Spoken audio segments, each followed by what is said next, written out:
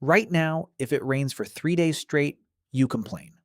Your ancestors faced rain that didn't stop for weeks, sometimes a full month, with no roof that actually kept out the water, no dry wood, and no way to warm a soaking body back up. That kind of rain killed people, not from drowning, from something far slower and far worse. So, how did they survive weeks of a sky that refused to stop?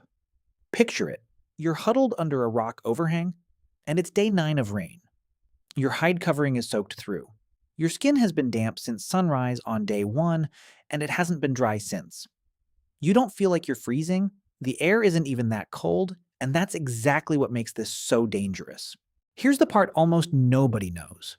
Wet skin loses heat more than 20 times faster than dry skin in the same air. You don't need a blizzard to die of cold. You just need to stay wet long enough. People today die of hypothermia in temperatures as mild as 10 degrees Celsius, 50 degrees Fahrenheit, as long as they're soaked and can't get dry.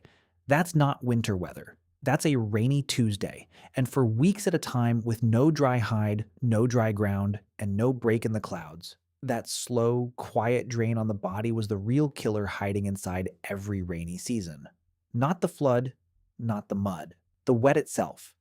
So the first thing ancient humans had to solve wasn't shelter, it was staying dry enough, long enough to keep their own bodies from quietly shutting down.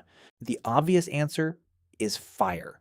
Fire dries you out, fire warms you back up. But rain is fire's oldest enemy. Wet wood doesn't burn, wet tinder doesn't catch, and once a flame goes out in the middle of a week-long storm, you can't just strike it back to life because everything around you is soaked too.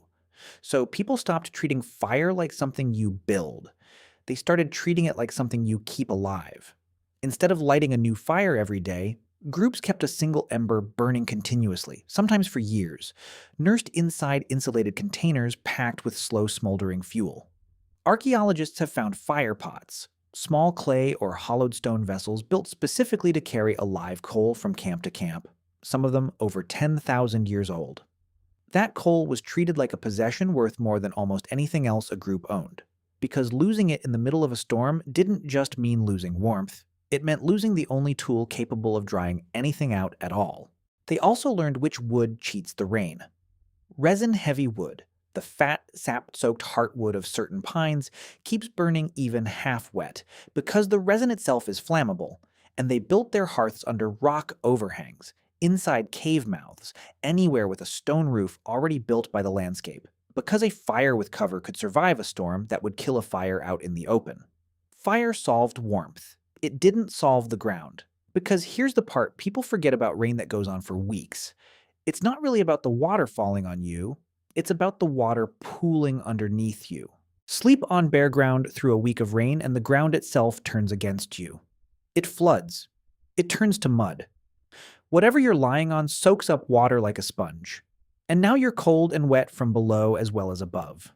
All night, every night. So shelters built for long rain weren't just about a roof.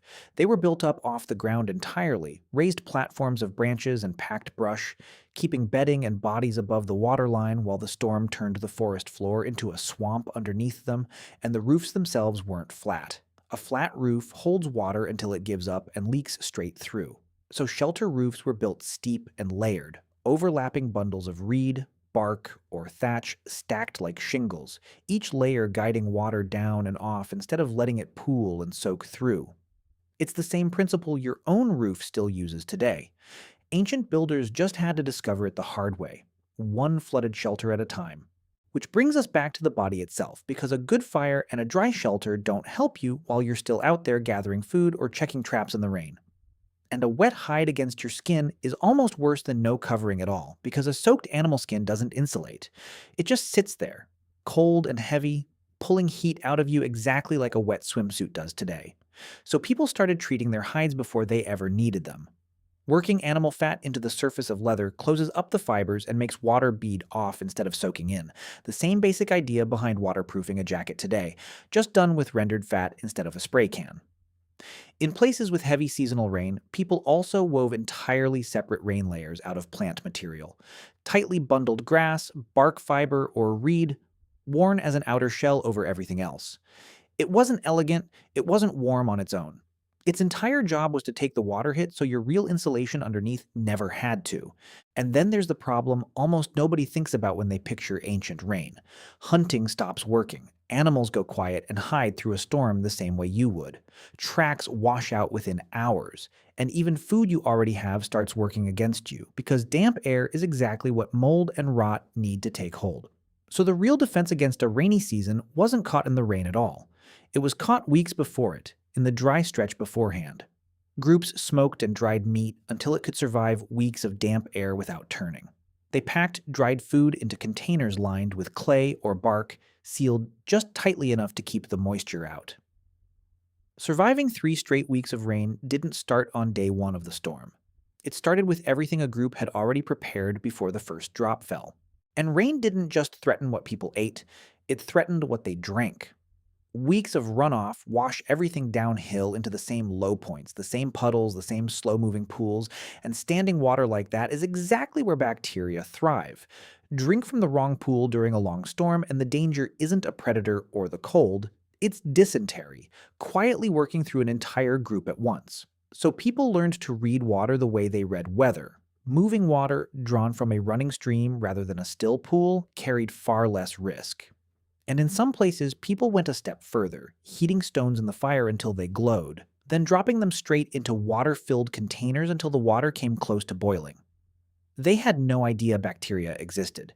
They just knew that water treated this way made fewer people sick, and that was reason enough to keep doing it, storm after storm, for generations.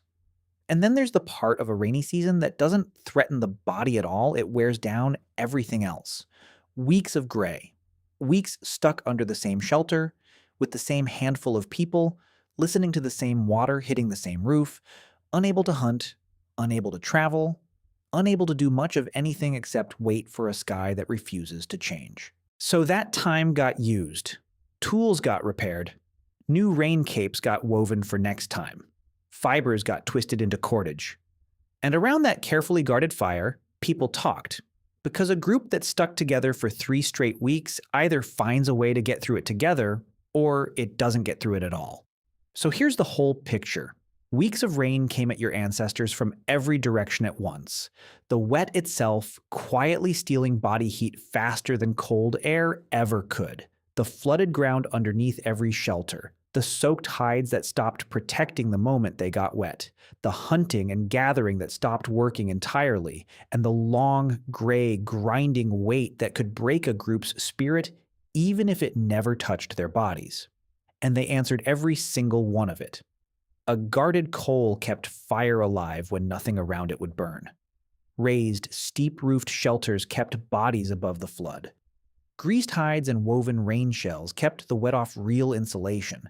Moving water and heated stones kept a contaminated pool from taking down an entire group. Food dried and stored before the storm ever started meant nobody starved waiting it out.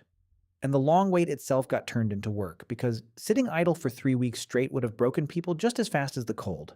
And that's the answer to how they survived. Not by staying dry. Almost nobody stayed fully dry for 3 straight weeks. They survived by never letting the wet finish the job, because the real danger was never the storm itself. It was that slow, quiet drain of warmth that a wet body loses without ever feeling like it's in danger, right up until it is. And now, look at you. You step outside in the rain for 10 seconds to grab the mail, and you complain the whole way back. You've got a jacket built in a factory specifically to shed water, a house that stays dry no matter how long the storm runs, and a heater that fixes the cold before your body even notices it dropped. You will never once have to guard a single ember through a 3-week storm, wondering if it's the only fire your entire group has left. Your ancestors did. Every single rainy season for longer than anyone can count. And every dry, warm, boring day you've ever complained about is the result of them figuring out one flooded shelter at a time, how to beat something that never even had to touch you to kill you.